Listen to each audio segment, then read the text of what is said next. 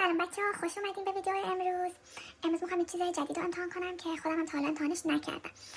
میخوام کوکو سبزی درست کنم، ولی از اونجایی که میدونید ما تره نداریم تو خارج از کشور. حالا یه سری از سوپرمارکت‌های ایرانی میارن ولی خب تو شهر ما نیست. من میخوام با تره فرنگی و پیازچه که اینجا به این پیازچه ها میگن چایز، ولی دیگه حالا نمیدونم فرقش دقیقا با اون یکی پیازچه ها چیه، ولی مزهش همونه. میخوام میکس این دوتا رو امتحان کنم ببینم میشه جای کوکو سبزی رو گرفت با اینا یا نه.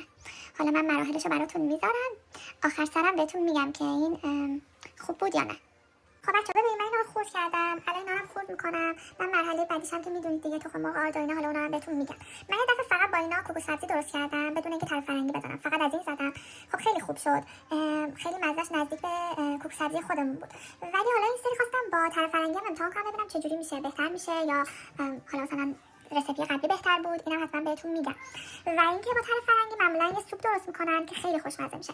آموزش اونم دارم براتون، قرار آپلود بکنم. حتما اگه تره فرنگی دسترستون دارید امتحان بکنید این سوپو، چون خیلی خوشمزه میشه و خیلی هم مقویه، مخصوصا برای فصلهای پاییز و زمستون. خب بچه‌ها، شاید برای یه سری سوال باشه که تره فرنگی چه ربطی به کوکو سبزی داره؟ اونایی که امتحان نکردن تا حالا، چون تو ایران نبود اون موقع که من بودم. شاید تهران یه سری مارکت ها داشت، و شهری که من زندگی میکردم ما تره فرنگی نداشتیم.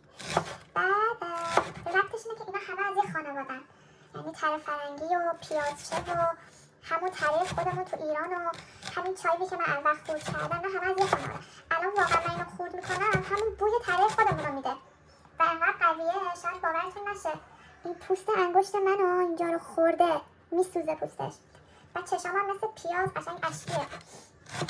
و چون همه از یه خانواده فقط خیلی شاید فرقای کمی داشته باشم با هم، و چون ما اینجا تره نداریم دیگه، حالا گفتم شاید همون مزه رو توی کوکو بده. بعد دیگه حالا گفتم امتحان کنم بهتون میگم که خوب شد یا نه. و من اصلا کوکو سبزی رو نازک دوست ندارم. یه سری شهرهای ایران کوکو رو خیلی نازک درست میکنن و انقدر سرخ میشه دیگه، اصلا یه چیز خیلی ترد روغنی میشه. من به سبک همین کوکو سبزی شهر خودمون ارومیه و اونجوری که مامانم درست میکنه خیلی دوست دارم.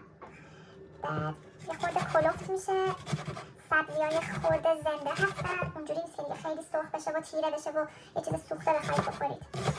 برای همین سبزی که استفاده کردم یه مقدار زیاده، ولی خب وقتی حرارت میخوره و سرخ میشه اینا خیلی کم میشن.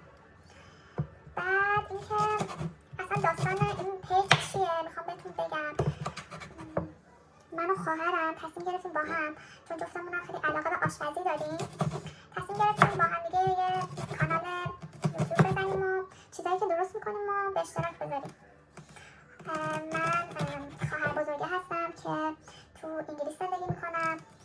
3 سال پیش مهاجرت کردم. بعد شبنم خواهر کوچیکمه که اونم 1 سال مهاجرت کرده آمریکا. و اینکه جفتمونم ویدیوهایی که درست میکنیم ما اینجا شیر میکنیم با شما. حالا شاید همیشه چیزایی که درست میکنیم عالی نباشه، ولی اونم حتما بهتون میگیم که این خوب بود، خوب نبود، امتحان کنید یا نکنید. حالا من اینو امروز واقعا بهتون صادقانه میگم که خوبه، میشه امتحان کرد یا نه. خب بچه ببینید، من اینو خورد کردم نازک و این چایوام زیرشه. حالا مواد بعدی رو میریزیم. خب من 3 تا تخم مرغ اضافه کردم به مواد. برای هر تخم مرغ 1 قاشق آرد اضافه میکنم.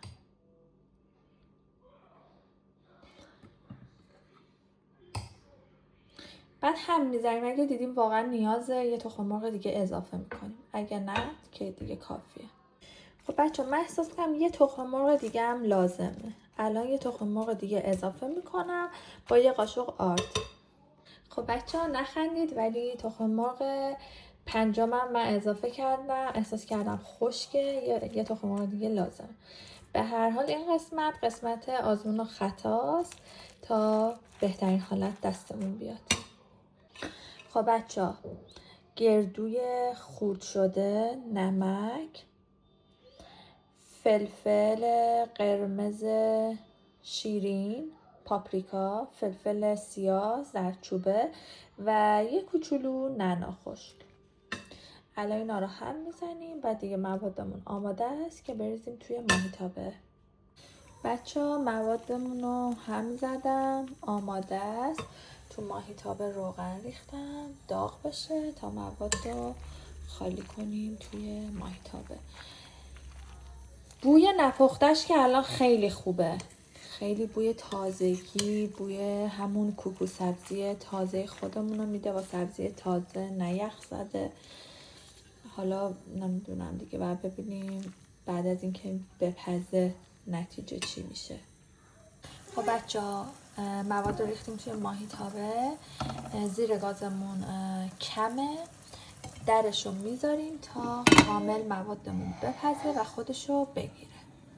خب بچه‌ها کوکوی ما تقریبا آماده است، هر دو طرفش سرخ شده حسابی، میتونید ببینید سرخ شده، اینم کلوفتیشه. بعد حالا مزهش هم بهتون میگم که چطور بود. ببینید قشنگ سرخ شده هر دو طرفش، ببینید چجوری شده. خب بچه‌ها میخوام نظرمو بدم که مزه این کوکو آیا میتونه جای کوکو سبزی رو بگیره یا نه. واقعیتش اینه که مزهش با کوکو سبزی خورده فرق داشت، ولی خودش به تنهایی خیلی کوکوی خوشمزه بود. میتونید حتما امتحانش بکنید، وعده غذایی خیلی مفیدیه، خوشمزه است، غذای جدیدیه و مطمئنم که لذت میبرید. ولی خب طعمش با کوکو سبزی خورده فرق داشت. دوستتون دارم، خداحافظ.